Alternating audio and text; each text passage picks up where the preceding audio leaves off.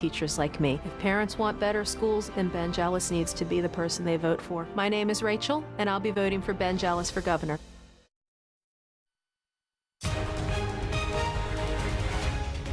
Good morning, America. Race to find the serial bomb suspect.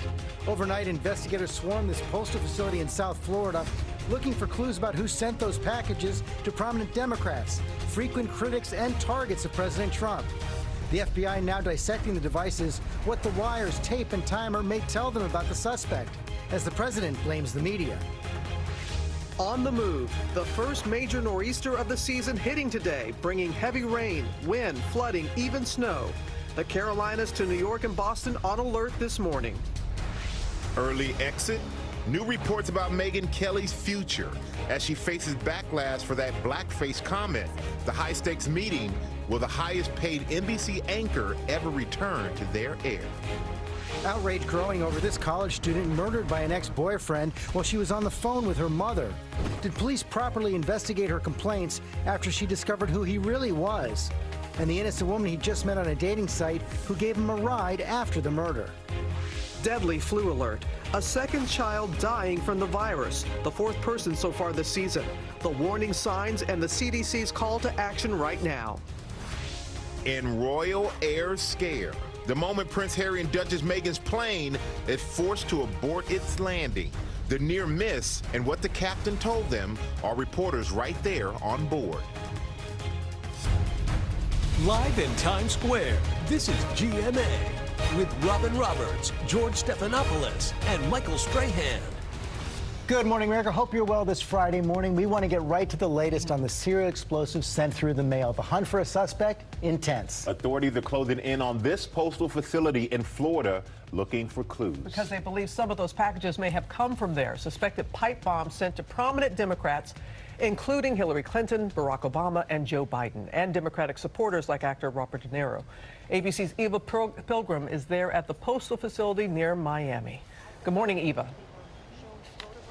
Good morning, Robin. The search for answers bringing investigators here to South Florida. One of their new focuses, this postal sorting facility. They are searching for clues as they try to figure out where these suspected bombs came from and who is sending them. This morning, the urgent manhunt shifting to Florida as the search intensifies for the perpetrator behind the 10 suspected explosive devices that were sent to high-profile targets around the country. Bomb squads armed with K-9 units descending on this postal facility just north of Miami as Homeland Security Secretary Nielsen confirms that at least some of the devices were shipped from Florida. Some of the packages went through the mail. They originated, some of them, from Florida.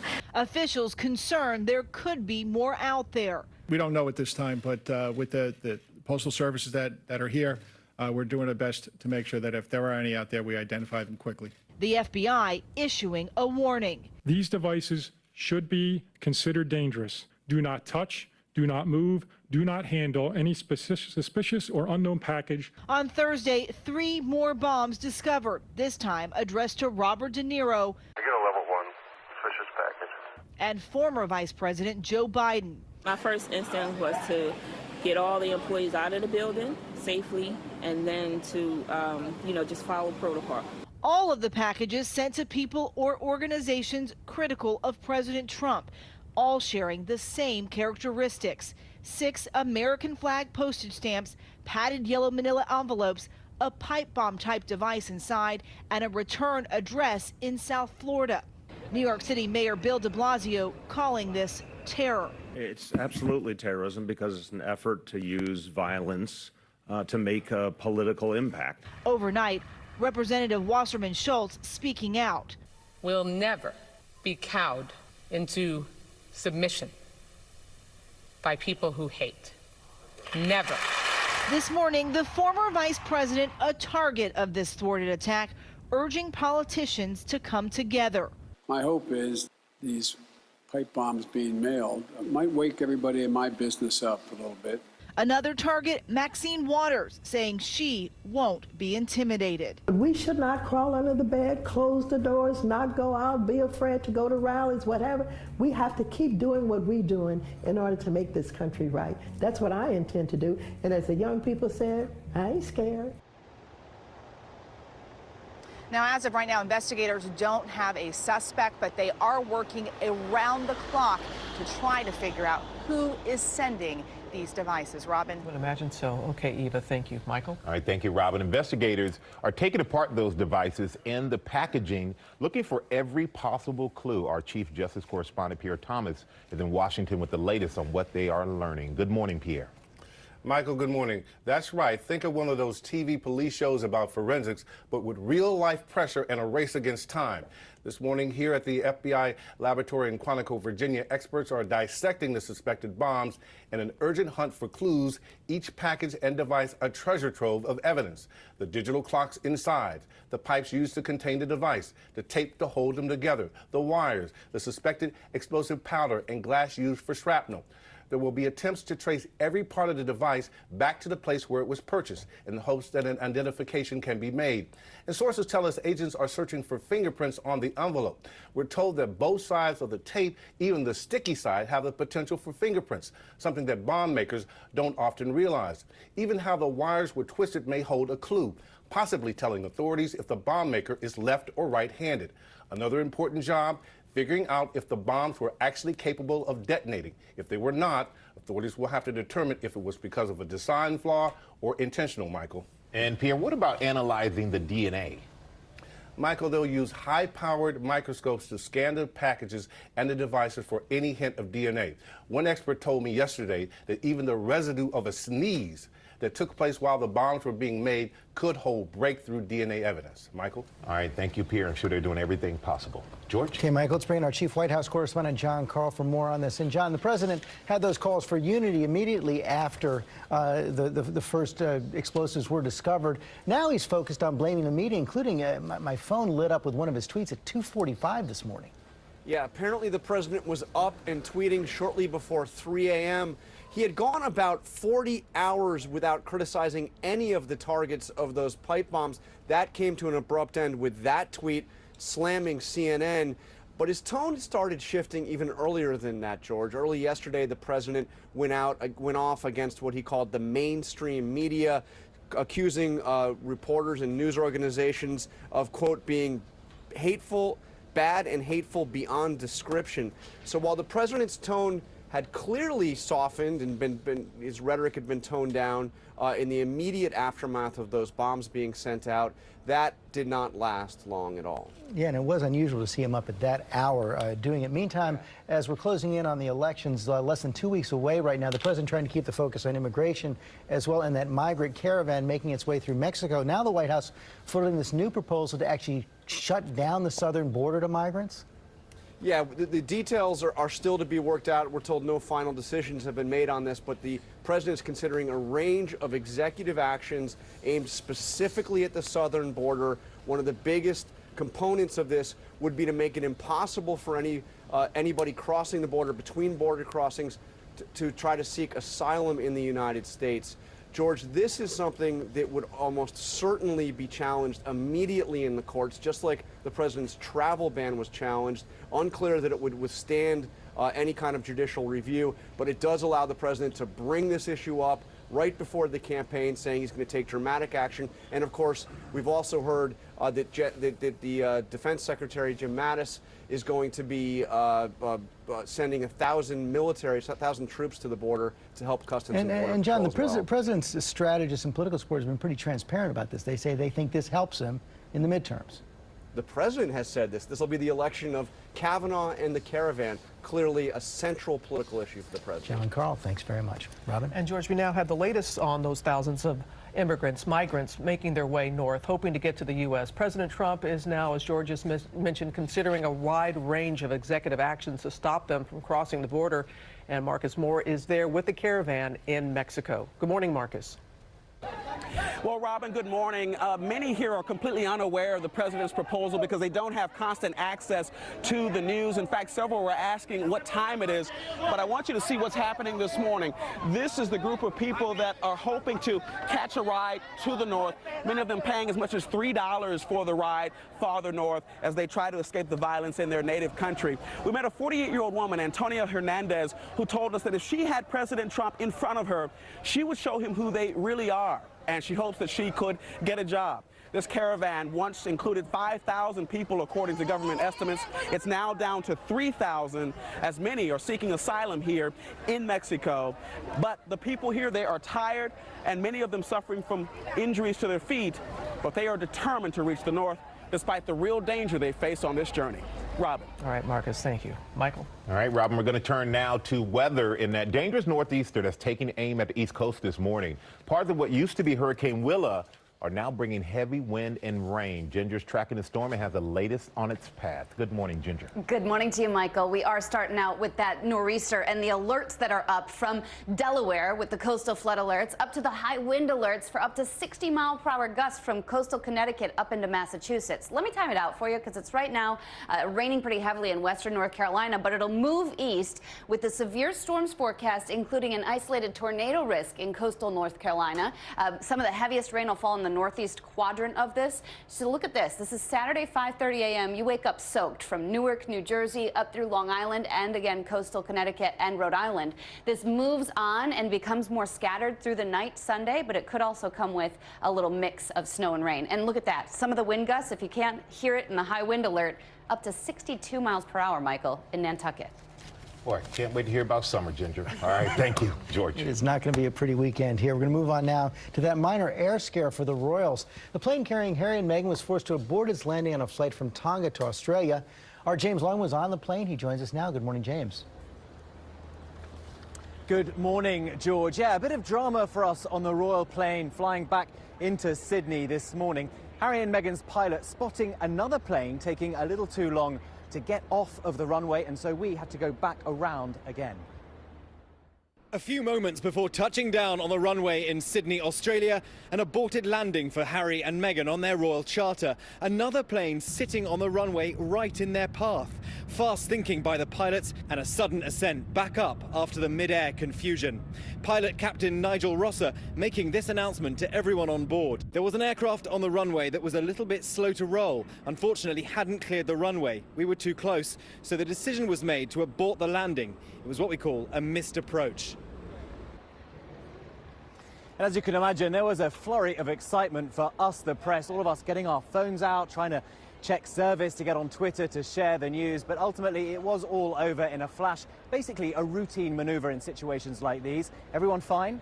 And I'm pleased to say, enjoying the tour. George? That is good. Okay, James, thanks very much. And now we have the latest on the murder of that 21-year-old University of Utah student who was killed by her ex-boyfriend moments after speaking with her mother on the phone. School police are facing questions about how they handled multiple reports she filed against the killer. Clayton Sandell has new details for us this morning. Good morning, Clayton. Good morning, Robin. Many questions here, and this morning the university says it is launching 2 independent investigations into campus safety and to see if police properly handled those original complaints about an ex-boyfriend turned killer. Showcasing and possible shots fired. Lauren McCluskey was on the phone with her mom Monday night, headed back to her dorm at the University of Utah. Her mother says, "Suddenly I heard her yell, 'No, no, no.' At that moment, police say the 21-year-old track team standout was grabbed by her ex-boyfriend, 37-year-old Melvin Rowland. He forced her into the backseat of a car. Excuse me. That he had driven to campus, and he shot her in the car multiple times. McCluskey dated Rowland for a month, but broke it off October 9th after discovering he'd lied about his name and age and was a registered sex offender. At a parole hearing, he once said this. Every woman I've met or come across, I used my manipulation tactics to get what I wanted. On October 13th, McCluskey told campus police Rowland was blackmailing her for $1,000, threatening to post explicit pictures of her online. But police now revealing detectives didn't begin their formal investigation until nearly a week later and never contacted Rowland's parole officers who could have sent him back to prison. I did not believe that there was enough evidence at that time to share with other law enforcement. There was no indication from Lauren to us at any point in this investigation that he was threatening physical harm. Just after McCluskey was murdered, police say Rowland got a ride from campus from an innocent woman he had just met on a dating site. There are no words to describe the pain and loss we're feeling as a team right now. Hours later, police say as they closed in on Rowland, he ran into a church and killed himself. Now, parole officials say they last spoke with Rowland 3 days after McCluskey first went to police, but they say they had no idea he was under criminal investigation. Robin. So tragic. All right, Clayton, thank you. Michael? All right, thank you, Robin. Now to some good news this Friday morning. An estimated $750 million are up for grabs in the Powerball drawing tomorrow night. Just a few days after that billion-dollar jackpot, TJ Holmes is here. And TJ, these big jackpots, they seem like the new norm. Yeah, the new norm, so we're going to need new rules, Strahan. Rule 1, don't get TJ out of bed for less than $1 billion, okay? We just had a $1.5 billion jackpot. Now $750 million, I mean, can you even live off of that? Look, yes, it seems like the new normal, so what's happening? What's happening is exactly what lottery officials designed to happen. Saturday's Powerball drawing of $750 million could potentially be the 4th biggest jackpot in U.S. history. I feel lucky.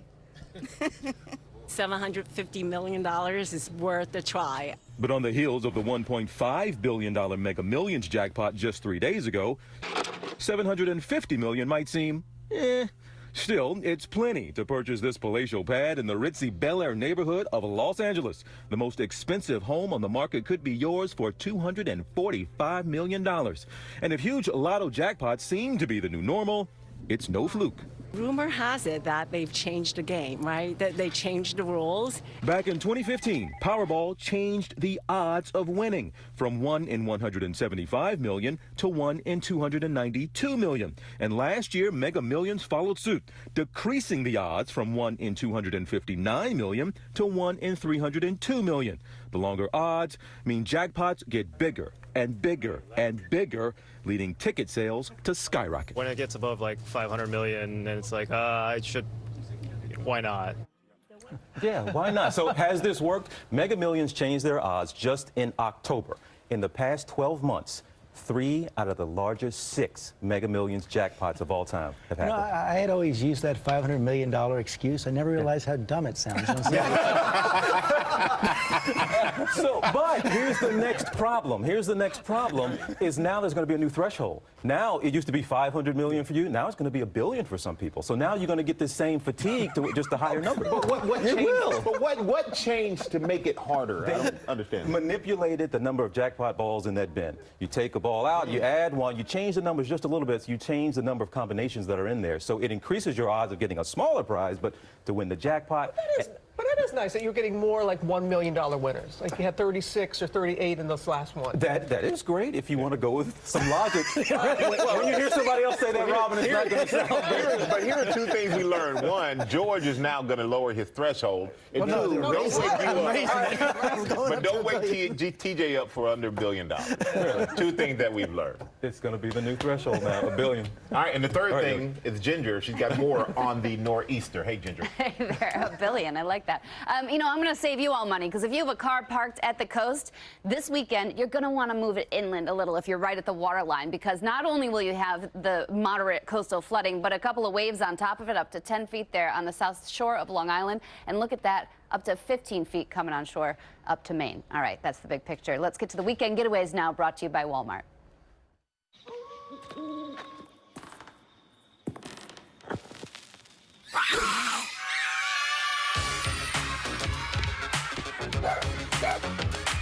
Now when freaks get dressed to go out at night, they like to wear leather jackets, chains, and spiked cars. Freaks come out at night. Freaks come out at night.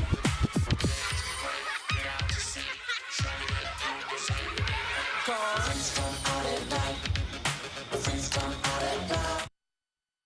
It is dry. It's pretty chilly though. Temperatures upper 30s to lower 40s, so have the jacket. Now this afternoon, cloudy skies and chilly temperatures around 51. Have the umbrella. You may not need it, but you will likely need it this evening. Temperatures will be around 50 degrees, so it is going to be pretty soggy for any of your Friday night plans. Winds picking up as well, and that rain continuing overnight and at least through the first half of your day Saturday. Sunday though, trending drier.